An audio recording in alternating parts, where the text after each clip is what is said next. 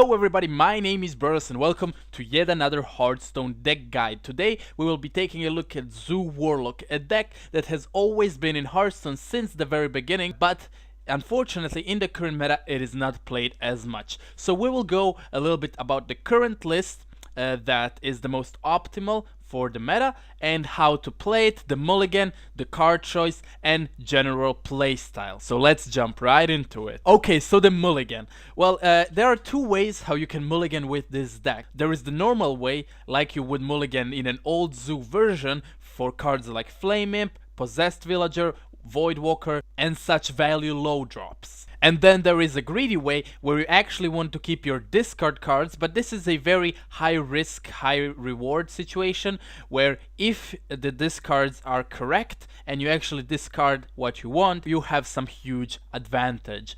On the other side, if for example Soulfire discards a Doomguard or an Argus or any minion that is really valuable mana wise and stats wise, you will have a lot of trouble.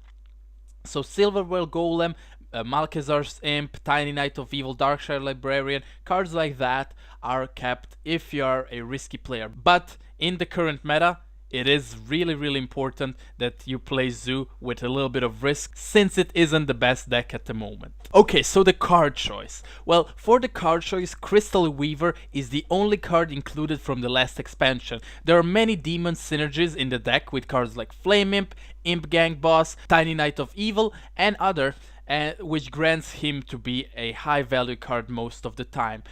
Also, it is very tricky, the discard mechanic, because you are not always sure how to go for it. Remember that if you have Malchezaar's Imp on the board, it's always alright to go for some discard as long as Doomguard is not in question, because you will need Doomguard to actually win the match. The early game with Zoo is really strong, with Argent Squire, Flame Imp, Voidwalker and such, so feel free to drop 2-drops like Direwolf Alpha, Tiny Knight of Evil and such to go for those 1-drops. For the matchups, again, it's very crucial that you play with a little bit of risk, because Zoo doesn't have the means to win every matchup in the long-term run, since a lot of decks have way more resources and Zoo kinda seems to struggle in that late game stage. So you need to play aggressively, clear the board, push for damage and try to win at around turn 8. That would be the optimal situation. Thank you all so much for watching this Zoo Warlock deck guide. I hope you enjoyed it, hope you learned something from it. My name is Brodos and until the next time, bye bye.